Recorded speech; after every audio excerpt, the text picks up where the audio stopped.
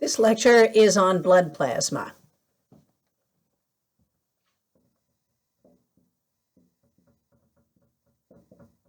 So plasma then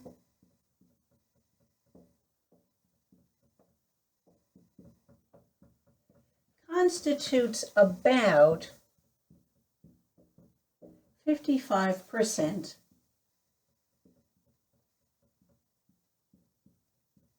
of the volume of whole blood.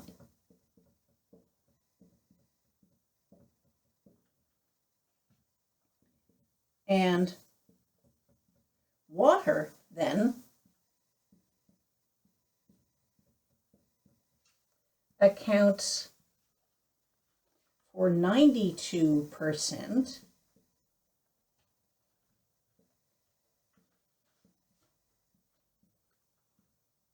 of plasma volume.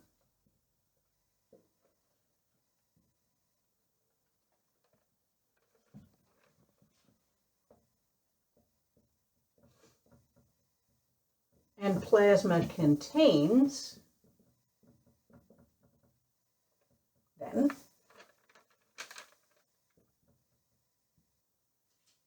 water,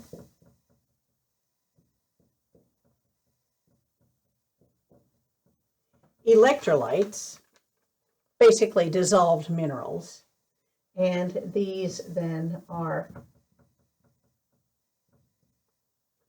necessary to cellular activities.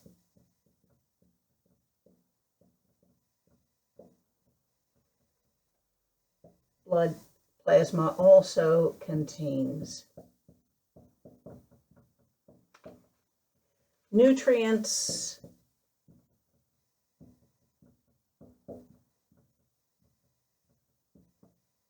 organic wastes, and proteins. So these proteins then are known as plasma proteins. So there are three different types of what are called plasma proteins.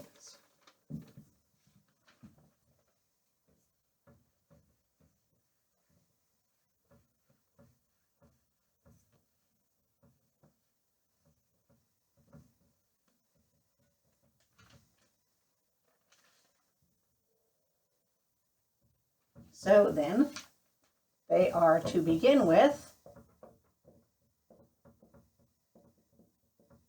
a class of proteins called albumins. And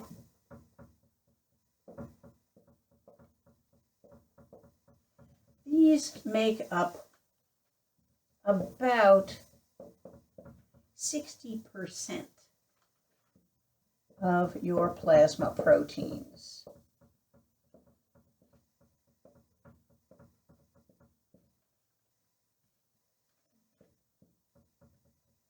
And these are major contributors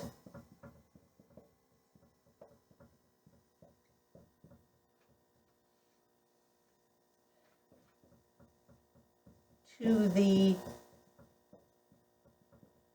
osmotic pressure of plasma. Okay, what did I just say? What do I mean by the osmotic pressure of plasma? It goes like this. All your blood cells need to be maintained within the blood. They don't want to lose water. They don't want to gain water. Any of that would harm your blood cells. So, as a result, you have to have the same level of dissolved substances in the blood plasma as are in the blood cells themselves. The blood cells are not made up of pure water. There are dissolved substances in them. So you have to get the level of dissolved substances equal between the interiors of your blood cells and the blood plasma. If you have more dissolved substances in the plasma, then fluid will be drawn out of your blood cells, and that would be bad.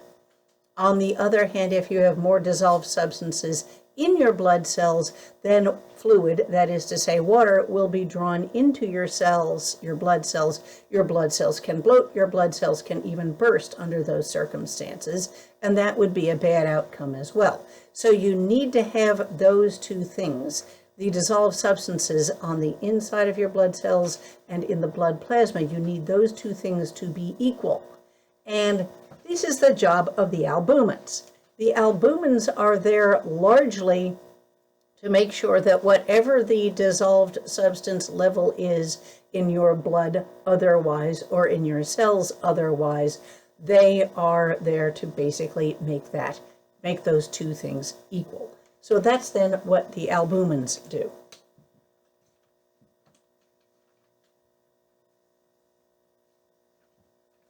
Then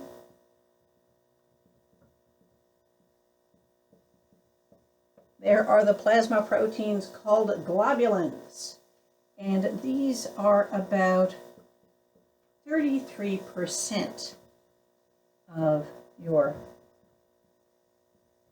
plasma proteins.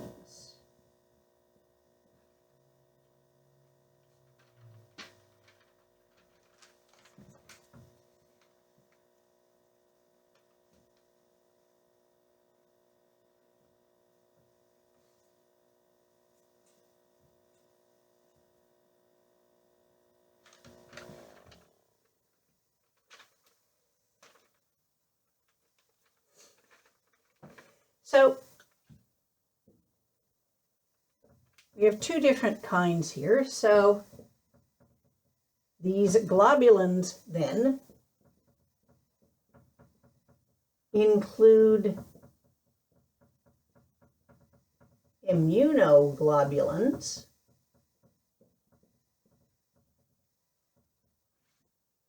and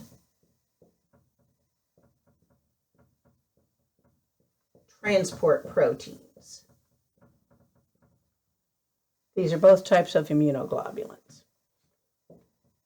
Or sorry, these are both types of globulins. So first, let's talk about the immunoglobulins. These are the things that are also known as antibodies. I've mentioned antibodies before. So these attack foreign proteins. That is to say, the protein coat on most living matter, and they attack pathogens.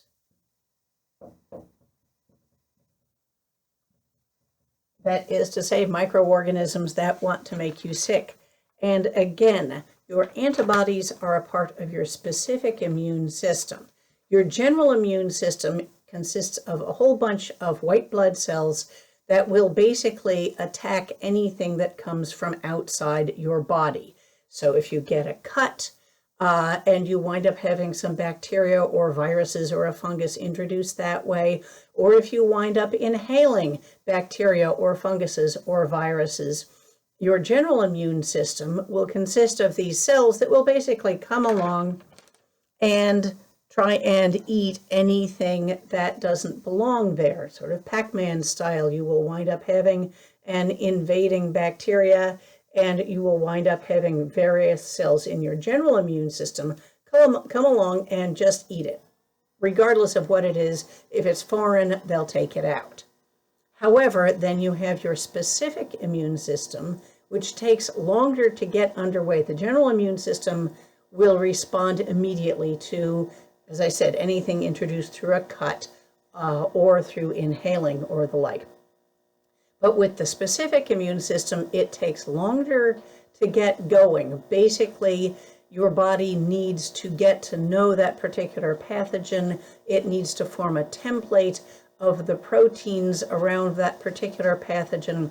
But then the specific immune system will launch antibodies that are specific to that invading microorganism, and they will tag basically and take out that specific invading microorganism. It takes longer to organize your specific immune system, but once it is underway, antibodies can be released in very large quantities, and at that point, you're in with a chance.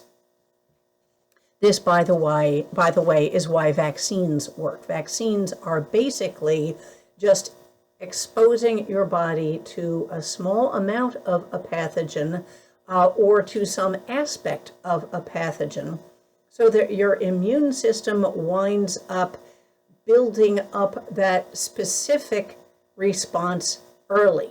Basically, before you are exposed to the disease in real life, your body has already gotten to know that particular pathogen and can already make antibodies to combat it.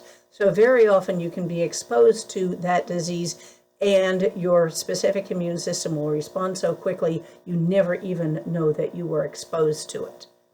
But that is if you have had a vaccine or if you have had that disease before. So anyway, your immunoglobulins are your antibodies.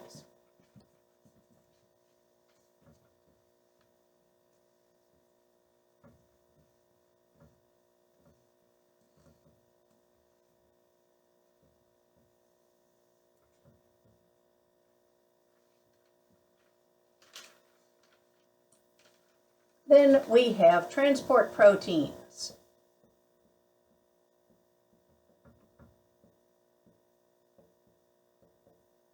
We're still talking about globulins here.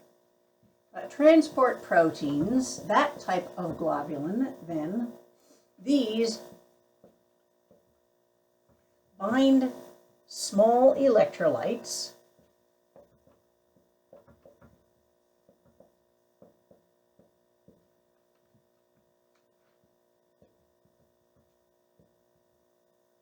hormones,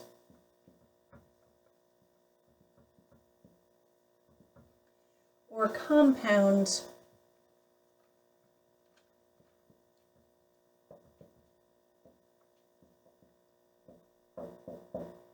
that might otherwise be lost.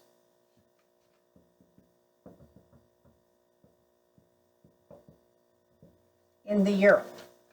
So this is a rather specific sort of a function. What's going on here is that some things are kind of expensive for your body to make, for instance, hormones.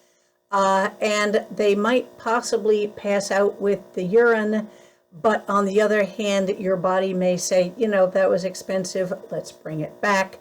And so as a result, this is what the transport proteins will do in your kidneys to make sure that you keep certain substances that are useful or expensive to make.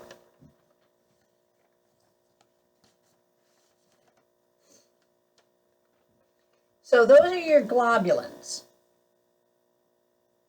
And now the third type of plasma protein then is called fibrinogen. Now, take a look at the word and you'll see what's going on here. Gen means makes, like generates, okay? So when you see gen or ogen, that means makes. Well, what does it makes? It just what it looks like. It makes fibers, doesn't it? So fibrinogen is going to make fibers.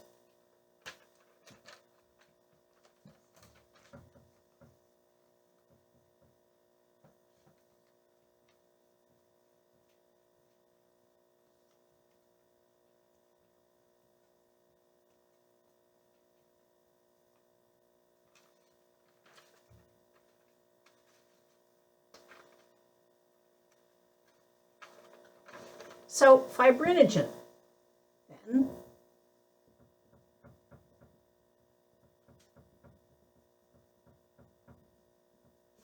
this functions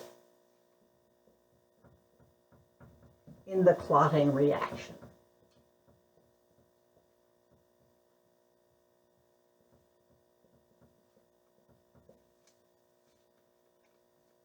So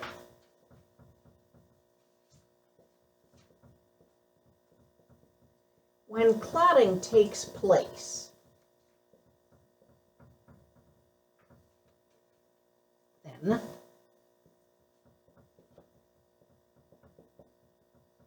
fibrinogen, which is dissolved, so we have this dissolved fibrinogen then turns into fibrin. So it just changes state, basically. It turns into fibrin, which is insoluble.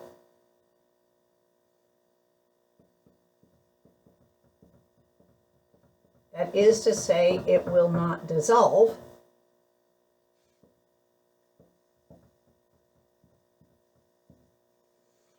And it forms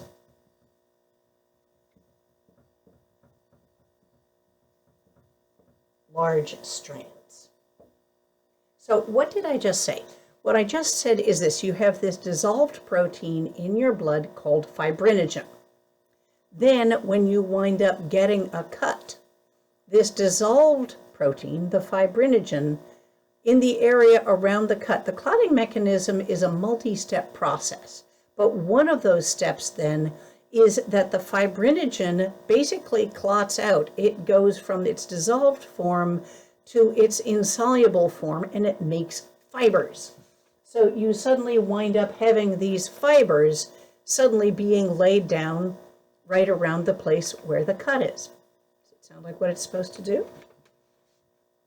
So this is the framework. Let me write that out better.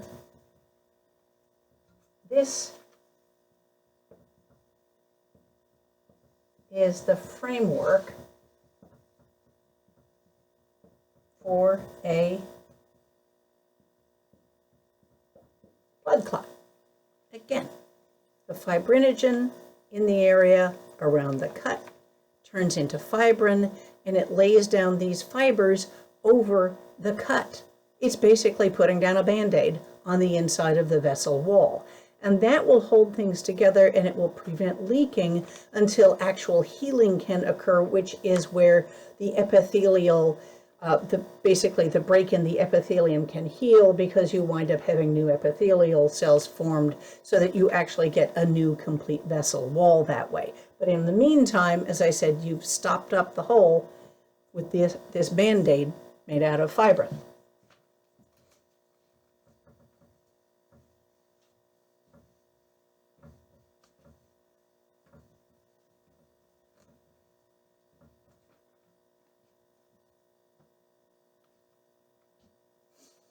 Now, one problem is that in a sample of blood,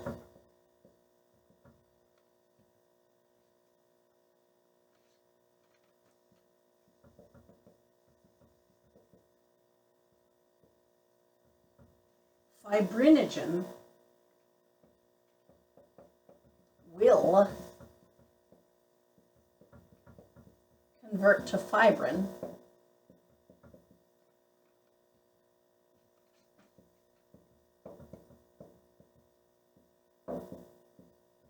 unless steps are taken to prevent the clotting. This is one of the problems that we had to solve before we could store blood in blood banks. And that is it for this lecture.